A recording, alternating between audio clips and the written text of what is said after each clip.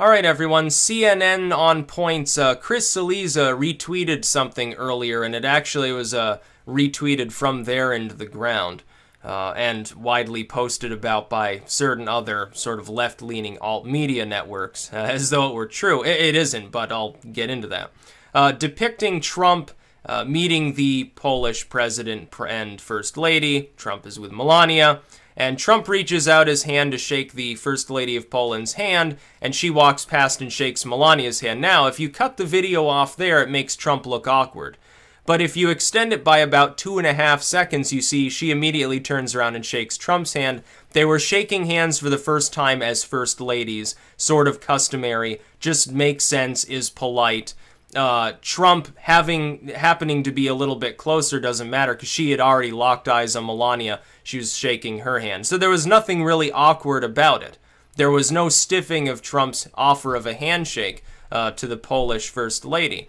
But this individual working for CNN didn't apparently understand that, which means he was not aware of what had actually happened. He wasn't studying the actual meeting. He hadn't seen any other footage for himself. He was going by something that was already tweeted out by another individual who decided to lie by omission and selectively edit the video, as a result making Trump look awkward in this exchange. This is a microcosm of the bigger problem with the legacy media. You've got lies, and you've also got a lot of mistakes. Now, here's the problem. If a person only watches cable news, or they only listen to news on the radio or something, they're reliant upon that group to have enough integrity to issue a retraction or an apology if they say something that's false. And if it's willful, they're never going to do that because it falls under the umbrella of propaganda. Only if they're called out would they ever apologize, but they're not going to do it on their cable news networks. They won't do it on cable and they won't do it on radio because there's a partition between people who only pay attention to that and people who largely ignore cable and radio news and only use the internet. So they might issue a retraction on their website but ignore it on their actual broadcast. They may have already mentioned the same thing. The coverage is similar, different style a little bit, but similar coverage. But the people on the internet, they will actually see that here on the internet, it's possible. This is tweeted out just a little while ago this morning. And it quickly gets debunked. And now a dozen other sites are saying, no, indeed, Trump was not stiffed by the Polish First Lady. We know that this is false. This individual didn't. And nobody, if a report was made on TV about it, nobody watching that program, unless they were also using the internet and searching to see whether the info is true, would actually know. And therein lies the other problem. A lot of people are stuck in some sort of echo chamber. There are people, and this happens online too, who only take one firm, one media outlet, one individual, one organization seriously to the exclusion of others. And so they're in an echo chamber. And so when you try to show them that that tweet that they saw is inaccurate, that the report that they saw is patently false, that the statistics that they're quoting are utter garbage and have no basis in reality, they won't even believe you because they're locked in an echo chamber. They're the victim of propaganda. They've been brainwashed. In the most literal sense, they're completely brainwashed and they think that you're the moron for pointing out that fact to them. It's very funny. Some people get concerned at this. I'm not concerned at all. Humans have always sort of operated that way. People have cognitive dissonance. Their cognitive dissonance kicks in. They don't want to realize that the reality that they perceive of is not actually reality. They want to conflate their subjective understanding with an objective one because it's an innate human tendency. It's just sort of the way that humans do business. And so if you try to convince them that they're completely fucking wrong, they're never going to believe you. And CNN has millions of people who it's committing propaganda on a regular basis who think like that. They would never believe you. If you told them, hey, CNN lies constantly. They're completely controlled by the political establishment. Much of the significant news that they talk about is totally false. Much of the rest is at least heavily skewed. They won't believe you. And then they'll immediately assume that you're a die-hard Trump fan and that the reason you don't trust CNN is because Trump told you they were fraud news. So that those of us who already didn't trust him long before Trump ran for office get lumped in with people who are like total political hacks. They're like totally partisan. It's like the same fucking problem you had years and years ago, where if you question like Bush policies, people assumed you were liberal. You question Obama's policies, they assume you're far right. It's just a load of bullshit. And the legacy media relies upon this. Those of us who have gone past it, and who simply talk about issues and events as they are, and who wear our bias on our sleeves and don't pretend to be objective news. I don't. I don't pretend that everything that I say is objectively true.